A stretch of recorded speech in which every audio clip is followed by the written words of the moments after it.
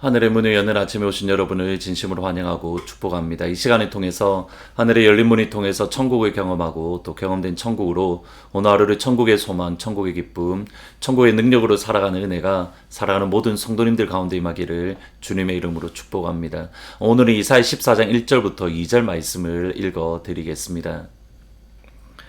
여호와께서 야곱을 긍휼히 여기시며 이스라엘을 다시 택하여 그들의 땅에 두시리니 나그네 된 자가 야곱 족속과 연합하여 그들에게 예속될 것이며 민족들이 그들을 데리고 그들의 본토에 돌아오리니 이스라엘 족속이 여호와의 땅에서 그들을 얻어 노비로 삼겠고 전에 자기를 사로잡던 자들을 사로잡고 자기를 압제하던 자들을 주관하리라. 아멘.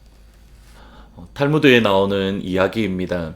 유대인 남자들은 아침에 일어나서 세 가지 감사를 기도드렸다라고 합니다. 첫 번째로는 이방인이 아닌 유대인으로 태어난 것, 그리고 여자가 아닌 남자로 태어난 것, 마지막으로 노예가 아닌 자유인으로 태어난 것을 매일 아침마다 하나님께 감사를 드렸다라고 합니다. 유대인과 이방인, 남자와 여자, 자유인과 노예, 모든 것들이 벽을 의미하는 겁니다. 사람과 사람 사이의 관계에 있어서 큰 벽들이 존재하는 것을 뜻합니다. 그러나 이러한 관계에 있어서의 벽들은 결코 하나님께서 원하시는 또는 하나님께서 기뻐하시는 것은 아닙니다. 근원을 따지고 올라가면 이러한 벽들은 결국 죄에서부터 시작되었기 때문입니다. 아담과 하와가 선악과를 먹었을 때에 단순히 하나님과의 관계에서만 벽이 생긴 것이 아닙니다. 남편과 아내라는 아담과 하와 사이의 관계의 벽이 생겼습니다. 아담은 하와에게 그 책임을 물었고 하와는 또 그 뱀에게 그 책임을 전가했습니다. 사람과 사람 사이, 나아가 사람과 피조물 사이에 벽이 생긴 겁니다. 이후에 가인이 동생 아벨을 죽인 이후에 에덴 동산 동편 쪽 노 땅에 거주하게 됩니다. 그가 그곳에서 했던 첫 번째 일이 성을 쌓았다라고 되어져 있습니다.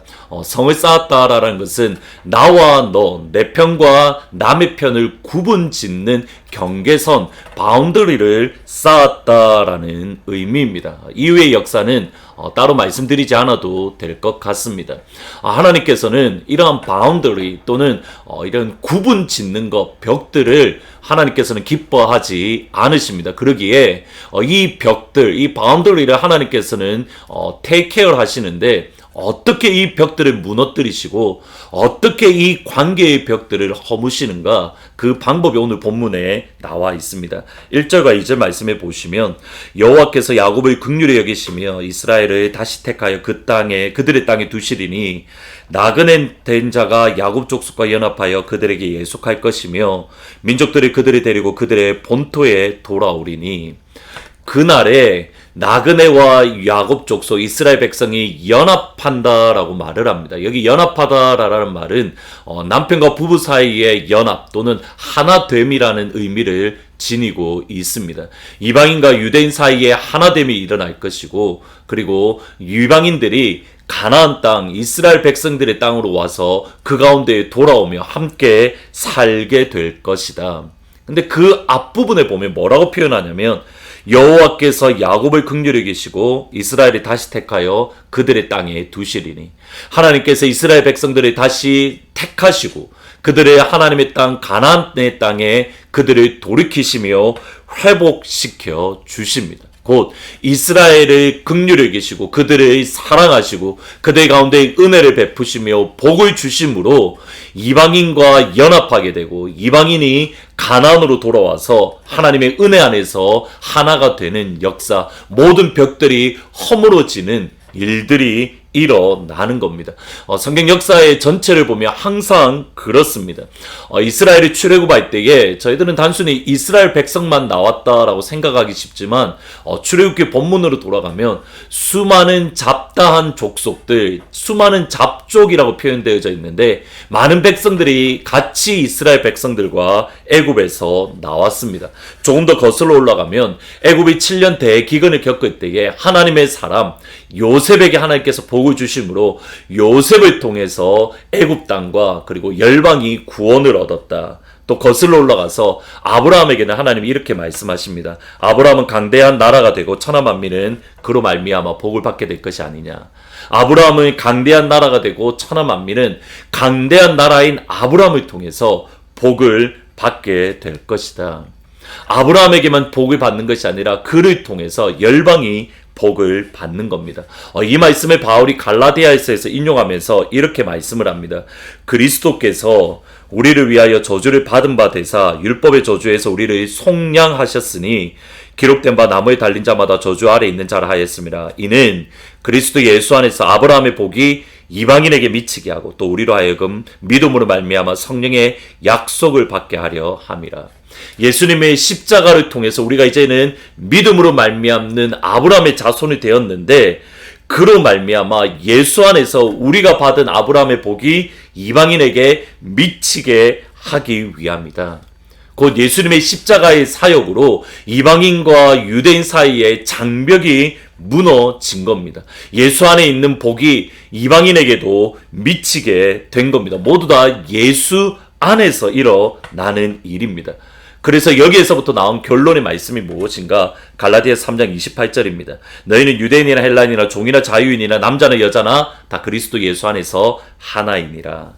유대인과 이방인이라는 인종의 관계, 종과 자유인이라는 신분, 남자와 여자라는 성별 모두 다 예수 안에서 허물어지고 모든 벽들이 예수 안에서 무너지고 이제는 하나가 되었다. 최근에 미국과 한국의 상황을 바라보면 분쟁과 분열이 가득한 것을, 그리고 그로 인해서 아픔이 많은 것을 보게 됩니다. 분열과 분쟁 가운데에 소망은 어디에 있는가? 정치에 있는 것이 아닙니다. 분쟁과 분열 가운데에 아픔이 있는 미국과 한국 가운데 유일한 소망, 예수 그리스도의 십자가, 예수 안에서의 하나됨, 예수 안에서의 평화, 예수 안에서의 은혜, 이것밖에 방법이 없습니다.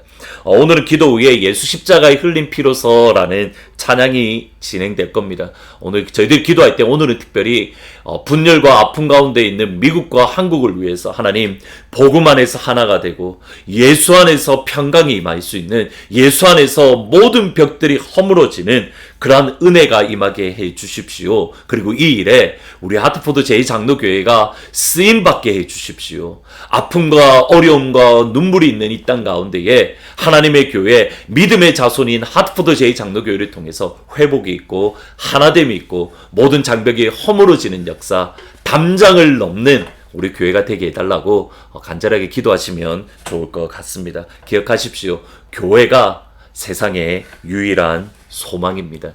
오늘의 찬송은 252장 나의 죄를 씻기는 같이 찬양하시겠습니다.